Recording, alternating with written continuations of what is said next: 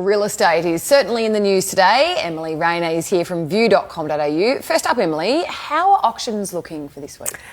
They're definitely heating up.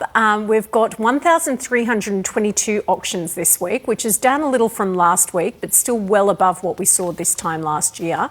So even as we head towards the end of spring, buyers and sellers are still definitely out in force.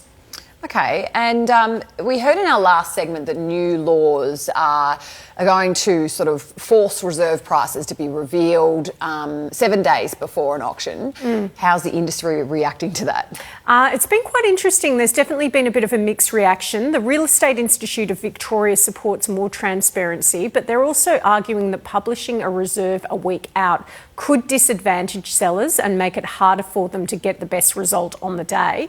And some agents that we've spoken to do agree, but many are still looking at buyers and saying that they welcome the move. They're really hoping that clearer reserve prices will stop them spending thousands on building reports, pest checks and conveyancing, which can be so expensive, only to get priced out on auction day. So the hope is these reforms will really bring more transparency and more trust between agents and buyers.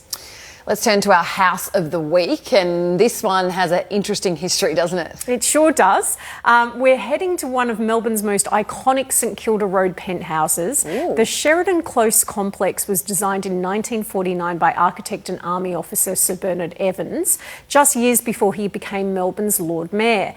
Back then, it stirred up the NIMBYs, created controversy when it replaced an old mansion as Melbourne's biggest co-op apartment block, costing around £1 million to build.